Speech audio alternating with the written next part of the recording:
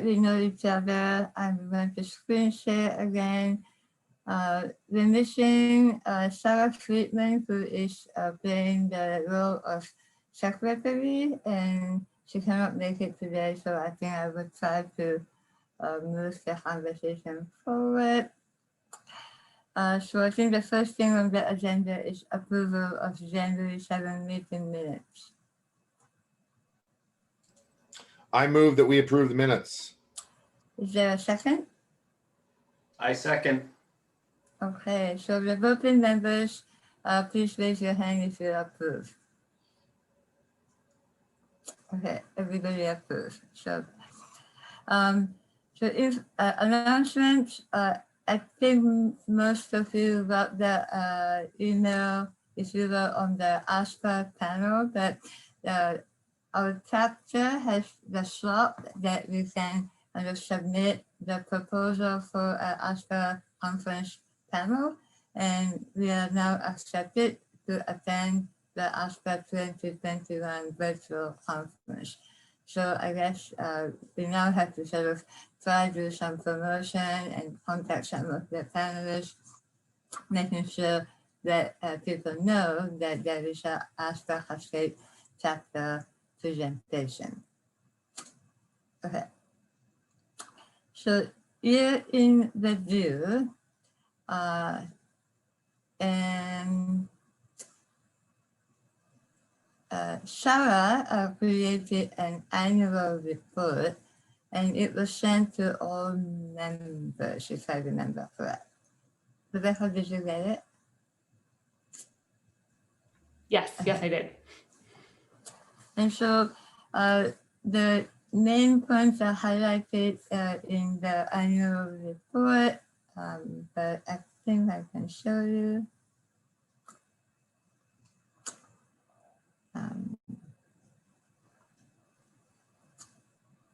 Some of the events we participated in the 2020 conference practitioner panel. We brought in practitioners and put together a panel, and that was the first virtual conference. So there was a lot of organizing required. Kevin did a lot of good job in contacting the practitioners.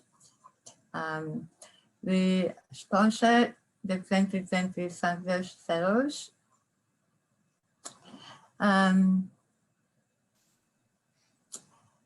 So we did a variety of different things, but the main thing that we spent a lot of energy this year was to develop a 5-year strategic plan. And as you can see here, through the 5-year strategic plan, we identified 5 visions. And the way that our facilitator guided us with the strategic planning was to kind of tackle one vision at a time. So the vision 1 is focusing on promoting social justice. And so right now we are in the middle of kind of clarifying the concept of social justice so we can identify the action plans. So in the interest of time, I'm going to skip it. You can see all the guiding principles that we have in the strategic plan. And then we have the bios of the current board members. I am embarrassed that I have this picture up. This is like 15 years ago.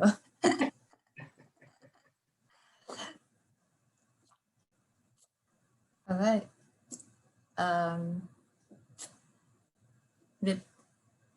Christopher is the treasurer. Do you want to do a quick financial summary? Yeah, I mean, what we did with this particular financial summary was really to provide the opening and closing balances. Obviously, we did not have a whole lot of activity. The significant events were sponsoring the ASPA Founders Fellows Program for $500, and then we received $340, which is standard for rebates. There was some other minor activity. Typically what would happen in a given year, obviously, is that we would be spending on money on some of the logistics of promoting our events, that kind of thing. Obviously, none of that went forward. So we really did not have a whole lot of activity throughout the year. Here, thus endeth the treasurer's report. Right, thank you. So that's the financial summary. And then I guess we have a membership report from the membership committee chair. Denver. Yes, I wanted just to share my screen really quick. I looked at our latest membership reports, and I just thought I'd give everyone a quick update. It's really not a whole lot of information, right? Because we don't get a whole lot of information from those reports, but hopefully you could see my screen now. All I did was I looked at what sectors folks are from, right? Because I feel like that's really important in our ongoing discussion. And so overall, half of our chapter is academics, so people at the university level, right? But within that, we know that even though folks might be at the university, they might do different, activities. So just want to add that in there. About 24% of our memberships come from government practitioners. So that's another significant segment of our membership. And then about 7% come from the private sector and 5% come from nonprofits. So definitely the nonprofit private sector are areas we could definitely work to build from, especially with the many contacts here in Oregon. And then I looked at our membership across the country. I don't think this really tells us much in essence, but I thought it was really cool to just kind of track how even though we're here nestled in Oregon, we have ties across the country, right? And so of course we have our main base is here in Oregon. We probably need a little more outreach in Washington, even though we do support the Southwest region of Washington. We don't have too many members up there, so we might want to focus on that in the future. We had a few folks out here in Idaho, and then Florida, Georgia, and then Michigan. So that was pretty cool. Did I say that state correctly? And then what I looked at is membership length, just how long people are members for, right? And so you kind of see this little smiley face, if you will. If we had two little dots here, our membership is sort of like a smiley face. Most of the people are members for about 5 years, and then it sort of dips from there. So either you're in for 5 years or you're in it for like a lifetime, 16 plus years, right? So I thought that was also interesting to kind of take a note of. It really doesn't tell us much, but I think it's good to know that we have most folks for 5 years. And then I looked at Facebook engagement, which we just started the page. We haven't really done any campaigns on there. We just, use it as a place to make updates. And so we haven't really increased our engagement, and maybe that's something we could work with, but I'm not sure if Facebook is the best way to communicate with our membership. Maybe emails are the best. But as you could see, since we started the page, we've had about 30-ish folks that follow us.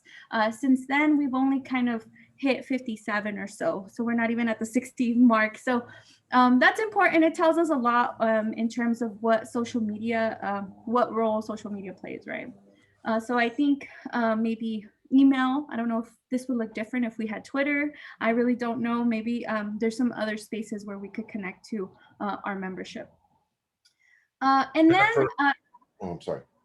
Oh, go ahead. What's the total membership at the moment? 47. 47. Thank you. Yeah, great point. I was going to add it on here and I forgot. And then just really quick, based on our survey that we sent maybe like 6 months ago, we sent out a survey to our membership and we asked them how they classify themselves, right? And most in terms of like whether they're academic, practitioners, students, or both. When we asked folks to self-identify themselves, most say that they're both. So that's really, it sort of tells us that when we see this number academic, we need to kind of rethink what that really means, right? Again, this was a survey, it's a little outdated. We only had like 10 answers from that survey. So we can't really, make any assumptions from that, but it's still, it might help us understand who our membership is. And then finally, just again, based on that survey we sent to our membership a while back, one of the reasons that people are motivated to join our chapter is for networking and speaker events, followed by access to journals. So that's it. That concludes my membership profile. Thank you. Thank you. Thank you very much. So I think that's the general report out. And I don't think there is anything necessary we have to discuss. Is there any other agenda that we have to talk about?